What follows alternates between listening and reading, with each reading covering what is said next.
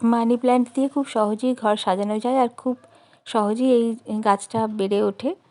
তো বাইরে আমার ব্যালকনিতে রাখা ছিল একটা মানি প্ল্যান্ট, বড় একটা টবে লাগানো ছিল। সেটা দেখলাম বেশ লম্বা হয়ে গেছে আর গোড়ায় প্রচুর ঘন হয়ে গেছে।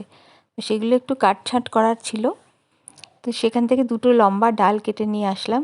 আর প্রচুর শেকড় হয়ে গেছে, সেগুলোর মধ্যে থেকে ছোট ছোট ডাল টুকরো টুকরো করে, মানে প্রত্যেকটা নোড থেকে একটা একটা করে ডাল তৈরি করলাম ছোট ছোট করে কেটে একই সাইজে।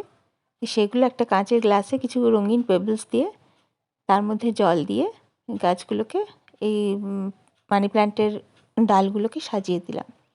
এটাকে তুমি যে কোনো জায়গায় রেখে দাও, ড্রয়িং রুমে, সেন্টার টেবিলের ওপরে, কিচেনে, বাথরুমে, যে কোনো জায়গায় মানি প্ল্যান্ট দিয়ে সাজানো যায়।